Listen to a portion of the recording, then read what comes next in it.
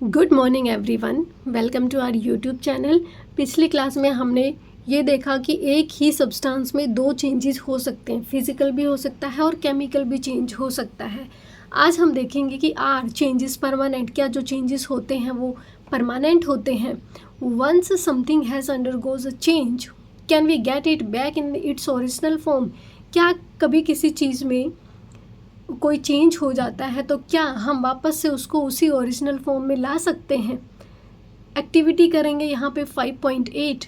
Think again about all the changes that we have discussed और talked about so far. हमने इन changes के बारे में बहुत पहले पढ़ा था, हमें इन्हीं के बारे में डिस्कस करना है। In which of this can we get back the sub object, इनमें से किस ऑब्जेक्ट को हम वापस से ले सकते हैं, गेट बैक कर सकते हैं।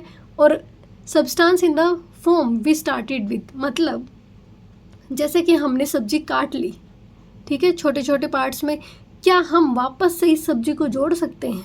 नहीं जोड़ सकते। इसका मतलब ये परमानेंट चेंज हो गया, ये कट गई तो कट गई, अब वापस से इसको जोड़ा नहीं जा सकता। बस यही आपको बताना है यहाँ पे कि कौन सा ऐसा सब्सटेंस है जिसको हम वापस से ले सकते हैं उसी पोजीशन में जहाँ से हमने स्टार्ट किया था, कौन सा ऐसा है कि हम उसको वापस से उसी ओरिजिनल स्टेट में नहीं ले सकते। तो सबसे पहले आपके पास है मेल्टिंग आइस क्यूब्स। तो मेल्टिंग आइस क्यूब्स को आप दोबारा से देखो, आइस मेल्ट हो गई, कोई दिक्कत नहीं, हम दोबारा से उसके आइस बना सकते हैं। तो यहाँ पे हम उसको ओरिजिनल स्टेट में वापस पा सकते हैं। नेक्स्ट है चॉपिंग वेजिटेबल्स। जो सब्जियां कट गई हम वापस से उसको सब्जी नहीं बना सकते हैं, तो यहाँ पे होगा नो। फिर है हमारे पास बॉइलिंग वाटर। पानी गर्म था, ठंडा हो गया, कोई बात नहीं, हम दोबारा गर्म कर लेंगे, ठीक है, तो इसमें ओरिजिनल स्टेट में हम वापस ले सकते हैं। Next making popcorn from corn. Corn से पॉपकॉर्न बनने के बाद क्या आप वापस से उसका कॉर्न बना सकते हो? बिल्कुल भी नहीं बना सकते, तो नो। इसके बाद में हमारे पास था cutting a piece of paper. Cutting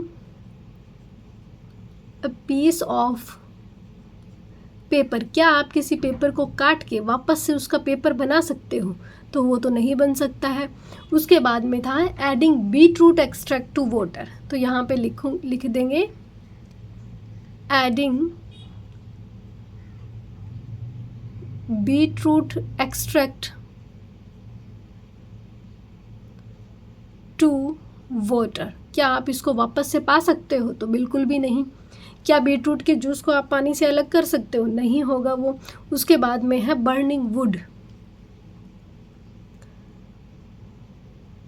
burning would, जली हुई लकड़ी को क्या आप वापस से लकड़ी बना सकते हो? नहीं बन सकती। उसके बाद में है ड्राइंग वेट क्लोथ्स। तो मैं यहाँ पे लिख देती हूँ ड्राइंग वेट क्लोथ्स। तो वापस से तो हम उसको गीला कर सकते हैं ना कपड़े को, तो यहाँ पे लिख देंगे कि यस, हम दोबारा से उसको वापस से उसी स्टेट में पहुँचा सकते हैं। उसके बाद में है making small balls of dough. Making small balls of dough. जो आटा आपने लगाया है उससे छोटी छोटी बॉल्स बनाई, तो वापस से हम उन बॉल्स को आटा बना सकते हैं। तो यहाँ पे भी लिख देंगे कि यस, चेंजेस वापस से ओरिजिनल फॉर्म में आ सकता है। अब बारी आती है कि rolling small balls of dough into chapatis. तो चपाती बनाने के बाद वापस भी तो हम उसको डो में कन्वर्ट कर सकते हैं ना, वही बॉल्स बना सकते हैं। कई बार जब रोटी बनाते हैं तो गोल ना बने, ज़्यादा टेढ़ी मेढ़ी हो जाती है, तो वापस से हम उसको स्मॉल बॉल्स बनाते हैं। तो इसको भी लिख देंगे हम यस, ये है rolling small balls of dough into chapatis. तो लिख देंगे यस। उसके बाद है आपके पास कुकिंग ऑफ फूड। क्या बनाए पके हुए खाने को आप दोबारा से कच्चे में कन्वर्ट कर सकते हो? नहीं कर सकते। कुकिंग ऑफ फूड, तो इसका आंसर है नो, वापस से ओरिजिनल स्टेट में नहीं आएगा। उसके बाद है making pot from mud. Making pot from mud. क्या आप वापस से मटके से दोबारा से मड बना सकते हो? तो बिल्कुल भी नहीं बनेगा। वो एक बार बनने के बाद उसके बाद में उसकी शेप हो जाती है, वापस से आप मड में कन्वर्ट उसको नहीं कर सकते हो। ठीक है, अब आगे है returning to the original object और substance with which we started shows that the changes we brought can be reversed. वापस से अगर कोई सब्सटेंस उसकी ओरिजिनल फॉर्म में आ जाता है चेंजेस के बाद में, इसका मतलब है कि हम उसको रिवर्स कर सकते हैं। For example, when ice melts it can B frozen into ice. अगर आइस मेल्ट हो जाती है तो हम दोबारा से उसको आइस बना सकते हैं। Similarly when water evaporates it can be condensed back into liquid water. अगर वाटर इवोपरेट हो जाता है तो वापस से हम इसको कंडेंसेशन के प्रोसेस के थ्रू लिक्विड में कन्वर्ट कर सकते हैं। However some changes can not be reversed. लेकिन कुछ चेंजेस ऐसे हैं जिनको हम रिवर्स नहीं कर सकते हैं। Since we can not get the original object, हम ओरिजिनल ऑब्जेक्ट नहीं प्राप्त कर सकते, ले सकते, और substance back after the change, कोई चेंज होने के बाद, जैसे कि क्या था, मेकिंग पॉपकॉर्न फ्रॉम कॉर्न, हम दोबारा से पॉपकॉर्न से कॉर्न नहीं बना सकते हैं। ठीक है, फॉर एग्जाम्पल यहाँ पे दिया गया है कि chopped vegetables can not return to their original shape and size. जो सब्जियाँ आपने काट दी वो वापस से अपनी ओरिजिनल शेप और साइज में नहीं आएंगी। And making popcorn can not go back to its original form. और जो पॉपकॉर्न बनाए आप वापस से उसको कॉर्न में कन्वर्ट नहीं कर सकते हो। दस changes around us could be grouped into those that can be reverse and that can not be reverse. इसका मतलब है जो हमारे चारों तरफ चेंजेस हो रहे हैं उनके हम दो ग्रुप बना सकते हैं। एक तो वो जिनको हम रिवर्स कर सकते हैं, एक वो जिनको हम रिवर्स नहीं कर सकते हैं।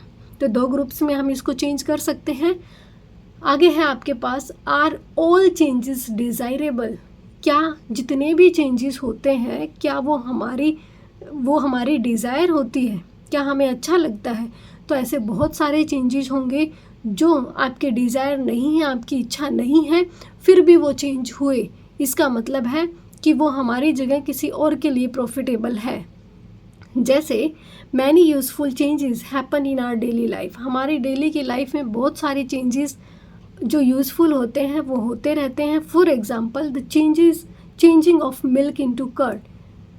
जब दूध है उसका हम दही बनाते हैं तो ये चेंज हमारे लिए क्या है, यूज़फुल है।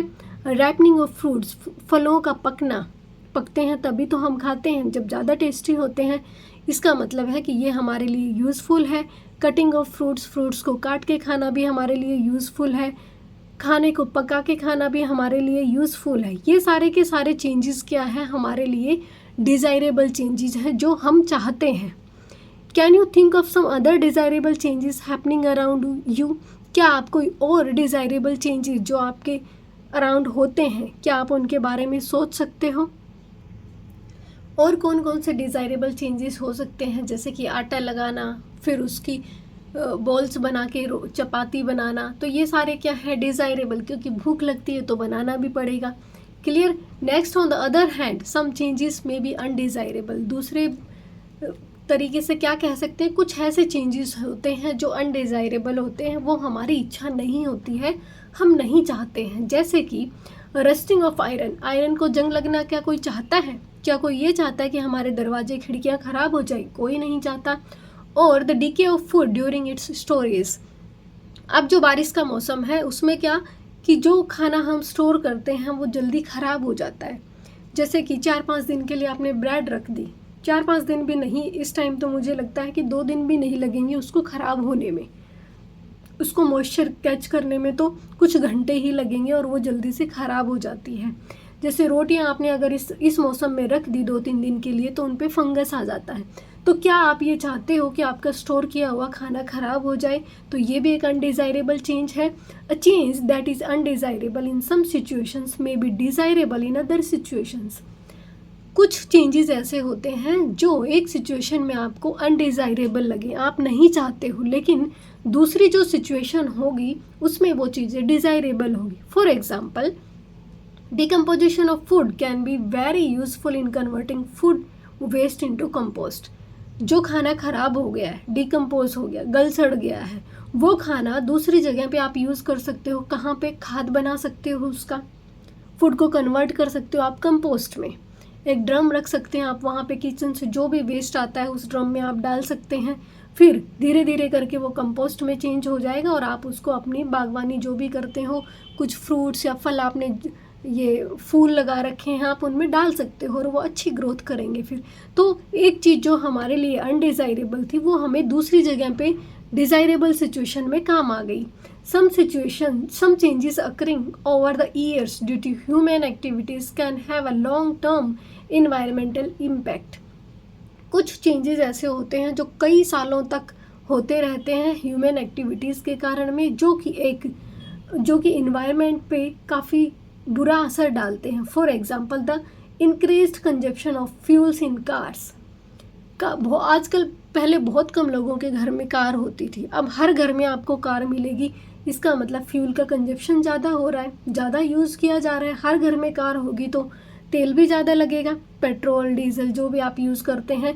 ट्रेन्स ज़्यादा लगेंगी, एरोप्लेन्स का ज़्यादा यूज़ होगा तो उनमें यूज़ होने वाला जो भी ऑयल है वो भी ज़्यादा यूज़ होगा, etcetera is increasing the amount of CO2 in the atmosphere.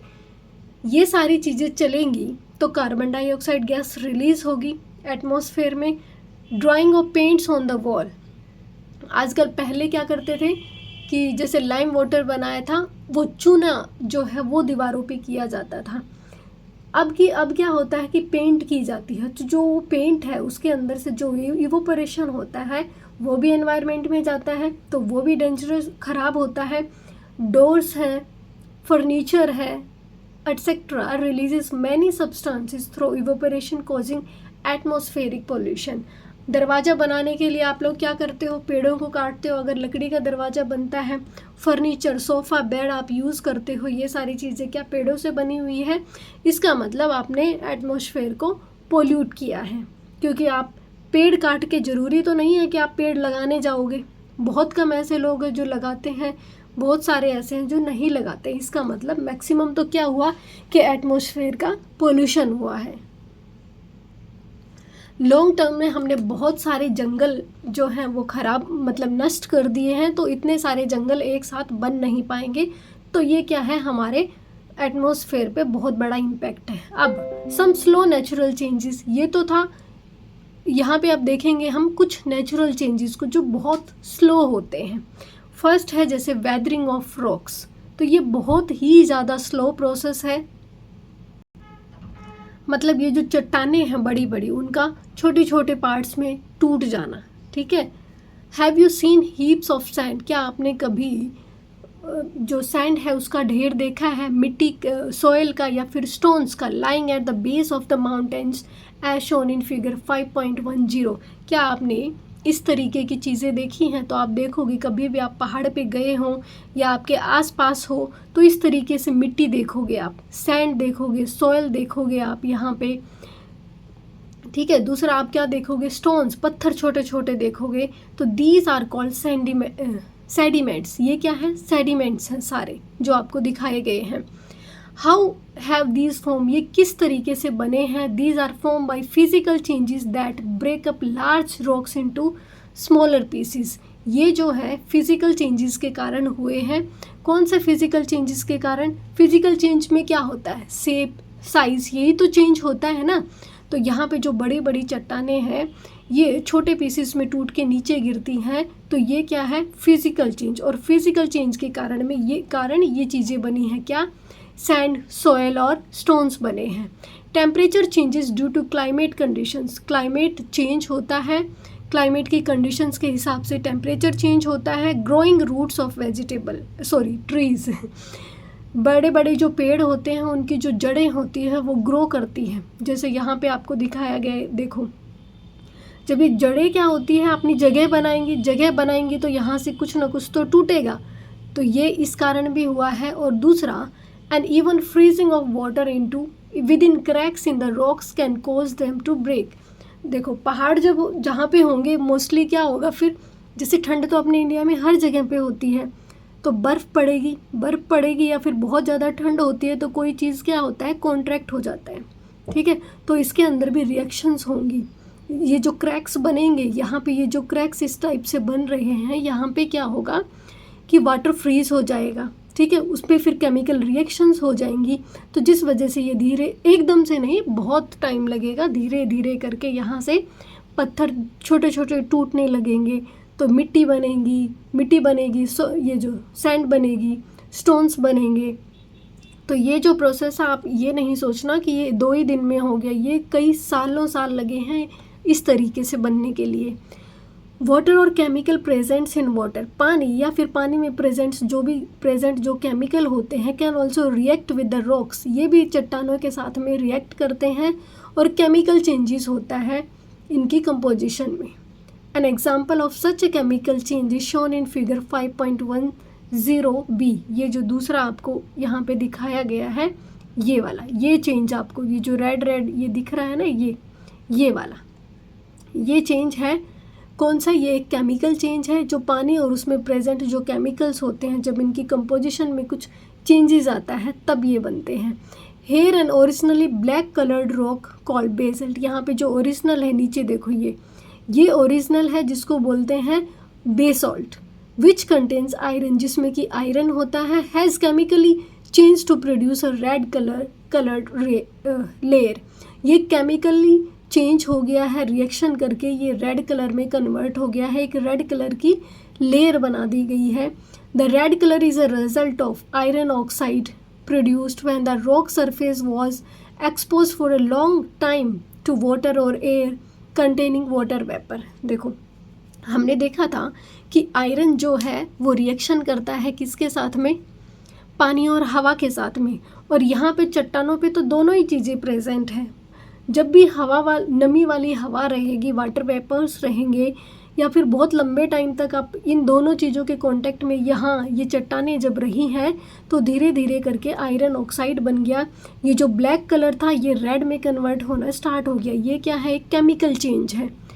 These physical and chemical changes in rocks are collectively called weathering. ये दोनों का कॉम्बिनेशन जो है, फिजिकल और केमिकल चेंजेस, ये क्या है? इन दोनों को इकट्ठा ही हम वेदरिंग कहेंगे, which eventually leads to the formation of soil, जिससे कि क्या बनी है लास्ट में अपने पास यहाँ पे सॉइल बन गई है। देखो, फिजिकल चेंज कौन सा हुआ कि बड़ी बड़ी जो रॉक्स हैं वो स्टोन्स में कन्वर्ट हो गई, सैंड और सॉइल में कन्वर्ट हो गई। केमिकल चेंज क्या हुआ? आपने यहाँ पे देखा कि ये जो ब्लैक कलर था यहाँ पे चट्टान के नीचे, या यहाँ पे आप देखोगे तो ये ब्लैक कलर का कुछ था, लेकिन धीरे धीरे ये क्या था? आयरन ने धीरे धीरे रिएक्शन किया यहाँ पे। पानी बहुत लंबे टाइम तक जब ये पानी और हवा के कांटेक्ट में रहा तो धीरे धीरे इसने आयरन ऑक्साइड बना लिया। ठीक है, पहले ये बेसॉल्ट था, ब्लैक कलर का रॉक था, लेकिन धीरे धीरे ये आयरन ऑक्साइड बनाने लगा यहाँ पे। ठीक है, तो ये हो गया केमिकल चेंज। इन दोनों चेंजेस को, फिजिकल और जो केमिकल चेंज हुए, इसी को क्या कहते हैं? वेदरिंग। हिंदी में इसको बोलते हैं अपक्षय, ऐसा कुछ बोलते हैं। वही कि रॉक्स के छोटे छोटे पार्ट्स में टूट जाना, जिसमें मिट्टी बनती है, सैंड बनती है, स्टोन्स बनते हैं। क्लियर? फिर बारी आती है आपकी इरोजन, और ये है अपना लास्ट आज का। Have you noticed fine sand collecting on river beds और इन लेक्स? क्या आपने कभी देखा है कि जो सैंड होती है वो कलेक्ट हो जाती है कहाँ पे? रिवर बेड्स पे या लेक्स पे। This sand is formed when rock pebbles, ये सैंड कब बनती है? जब रॉक पेबल्स, जो चट्टान है उसके छोटे छोटे जो टुकड़े हैं, और जो सॉयल है या फिर सेडिमेंट्स है, ये टूट जाते हैं और मूव करते हैं एक लोकेशन से दूसरी लोकेशन पे by natural forces like wind and flowing air. ये क्या कहलाता है? इरोजन कहलाता है। इरोजन का मतलब होता है अपरदन। मतलब जैसे आपने सोइल इरोजन पढ़ा, इससे आपको समझ में आएगा। सोइल इरोजन कहते हैं कि सोइल इरोजन से बचने के लिए आपको बहुत सारे पेड़ पौधे लगाने चाहिए। क्यों? क्योंकि पेड़ों की ये जो जड़ें होती हैं ना, इस टाइप से ये मिट्टी को पकड़ के रखती है, जिसकी वजह से सोइल इरोजन नहीं हो पाता। उसी तरीके से ये यहाँ पे जो इरोजन की बात हो रही है वो है कि आपने देखा होगा कि नदी जब बहती है या फिर झीलों को आपने देखा होगा तो उनके साथ में ये जो छोटे छोटे पत्थर होते हैं, मिट्टी होते हैं, सेडिमेंट्स, ये छोटे छोटे पार्ट्स में टूट जाते हैं और एक जगह से दूसरी जगह पे बहते, या तो हवा के फोर्स से या फिर पानी के फ्लो से। तो यही क्या होता है इरोजन। एक जगह की चीज़ कहीं और ही पहुंच गई, एक लोकेशन से यहाँ पे पहुंच गई, तो यहाँ जो चीज़ थी वो तो ख़त्म हो गई, दूसरी जगह पे आई है, तो यहाँ से तो इरोजन हो गया ना उसका। ठीक है, वही आपने पहाड़ों पे अगर आप कभी गए हो तो वहाँ पे आपने देखा होगा नदी नालों के साथ में चीज़ें ऐसे बह जाती, चीज़ें मतलब ये जो पत्थर होते हैं वहाँ पे अब अलग ही शाइनिंग टाइप आपको सैंड दिखेगी आप अगर देखोगे तो वहाँ पे। तो वही क्या है इरोजन, चीज़ों का ये जो पेबल्स सोयल है एक जगह से दूसरी जगह पे नेचुरल फोर्सेस के द्वारा लाई जाती हैं, तो वो क्या होता है इरोजन कहलाता है। क्लियर। नेक्स्ट है आपके पास erosion during a landslide is an example of a physical change. अब बारिश का मौसम है, बहुत पहाड़ी जगहों पे आपको ये लैंडस्लाइड देखने को मिलेंगे। तो ये क्या है एक फिजिकल चेंज कि एक चट्टान है, लैंडस्लाइड हुआ, उसने अपनी जगह शिफ्ट कर ली, यहाँ से टूट के नीचे गिर गई ज़मीन पे, सड़क पे गिर गई, कहीं पे भी। ठीक है, तो ये क्या है एक फिजिकल चेंज है। River rocks and pebbles often appear smoother due to constant erosion. ये जो रॉक्स हैं जो नदियों के द्वारा लाई गई, ये जो रॉक्स हैं पेबल्स हैं, ये आपको लगातार हो रहे इरोजन के कारण आपको स्मूथ दिखेंगी, क्योंकि जो पानी का फ्लो होता है उसके साथ में आती है। आप यहाँ पे होने वाले जो पत्थर होते हैं नदियों में, आप पत्थर को देखोगे तो चिकने स्मूथ आपको दिखेंगे, आप उनको हाथ लगाओगे तो, क्योंकि लगातार वो पानी के साथ बहते बहते उनके जो शेप है वो चेंज हो गई है। ठीक है, और बिल्कुल वो क्या स्मूथ आपको दिखेंगे। When the speed of the water और विंड डिक्रीजेज, जब पानी और हवा जो है उसकी स्पीड डिक्रीज होती है, such as in an ocean और लेक, जैसे कि किसी झील में या समुद्र में, the material transported during erosion settle down at the bottom. तो जो भी मटेरियल ट्रांसपोर्ट होता है इरोजन के दौरान वो बॉटम में बैठ जाता है, सेटल डाउन हो जाता है। These sediments harden over time, और टाइम ये जो सेडिमेंट्स आए हैं ये क्या होता है कि ओवर द टाइम ये क्या बन जाते हैं, हार्ड होते चले जाते हैं। कोई चीज़ यहाँ से आके यहाँ इकट्ठी हो रही है, इकट्ठी हुए जा रही है, फिर क्या होता है कि जो पानी और हवा का प्रेशर है कम हो जाता है, थोड़े बहुत आगे जाएंगे, फिर यहाँ से आएंगे, फिर इकट्ठे होंगे, ऐसे धीरे धीरे करके नई चट्टानें बनना स्टार्ट हो जाती है। मोस्ट ऑफ दीज, और ये एक दिन या एक साल में नहीं होता, इसको बहुत सारे साल लग जाते हैं, बहुत ही ज़्यादा स्लो प्रोसेस है ये। ठीक है, तो आप ये नहीं सोचना कि 2-4 दिन महीनों में ही हो जाएगा, इसको बहुत सारे साल लग जाते हैं।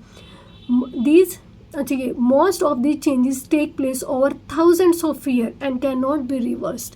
ये जो चीज़ें होती हैं इनको बनने में या इनको ख़त्म होने में हज़ारों साल लग जाते हैं, और इसको कभी भी आप रिवर्स नहीं कर सकते हो। चट्टान जो एक बार टूट गई, आप उससे दोबारा से चट्टान नहीं बना सकते हो। ठीक है, तो ये क्या है एक इरिवर्सिबल प्रोसेस है जिसको रिवर्स नहीं किया जा सकता है। तो ये यहाँ पे आज आपका चैप्टर फिनिश होता है। आई होप आपको ठीक से समझ में आ गया होगा। अच्छा लगे चैनल को लाइक करें, शेयर करें, सब्सक्राइब करें। Thank you so much.